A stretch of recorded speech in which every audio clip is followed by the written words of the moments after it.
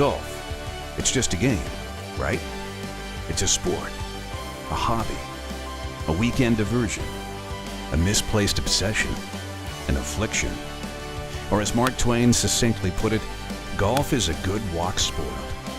For the purist, such talk is blasphemy, an affront to a game that demands so much from its participants. Brains and brawn, power and finesse, passion and patience. A game that rewards and punishes these competing virtues in such a capricious manner that for many, golf exists solely to humble and humiliate.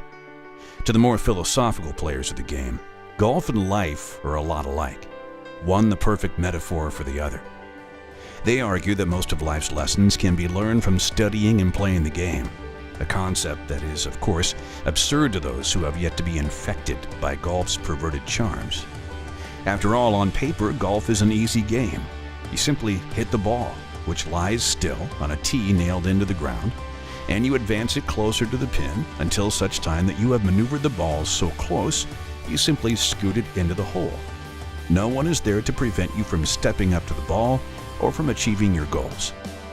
Other sports have opponents or rival teams who determine victory by battling it out on a field of play. In golf, each person plays his own game. There are challenges, but they are the ones presented by the course, not by a competitor. Life, in that respect, is similar. The actions of others will no doubt affect our lives, but it is for each of us to strive to achieve the personal best in our own lives.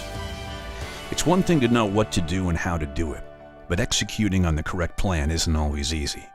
Failure happens, in golf and life. When we fail, it can be discouraging. We may feel the urge to walk away. It's best to look at these moments as normal and incredibly valuable experiences. Every failure becomes a teaching moment. From the top pros on the tour to the lowliest hacker on the links, no one escapes. From the highest echelons of society to the simple faces in the crowd, no one is immune. The lesson that we can take from golf and apply to our lives is that it is only when we learn from our mistakes that we will begin to see any improvement at all. Like it or not, golf helps us learn to share the joy of our pain. But it's not the errant shots that move us. Rather, it's the ones that near perfection. That 30-foot putt that goes in the hole. The drive that is straight and long. The chip shot that bounces off the flagstick.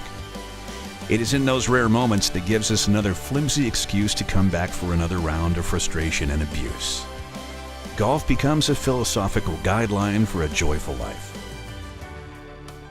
In reality, a good or bad game of golf is just a brief moment in time. No one, not even you, will remember that you even played that poorly on that day. We humans have a wonderful ability to overlook our mistakes.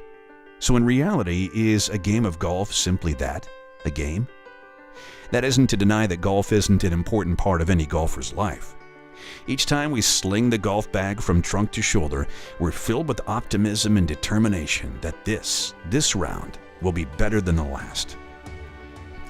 A desire, no, a yearning, that at least once during this next round, we will hit a shot better than our talents would suggest, quietly reminding us that despite our weaknesses or lack of talent, we are all capable of more than we think is possible. So the next time you play, and you know there will be a next time, you tee it up and feel that familiar quiver in your gut. Imagine a perfect shot. Feel the ball leap from your club as you watch in breathless anticipation as the ball soars and arcs perfectly and lands somewhere out there. As the cheers of the gallery swell in your head, pause and savor that moment. Because like life, this memorable once-in-a-lifetime achievement is all too fleeting and should be remembered for what it is. A perfect moment in an imperfect world.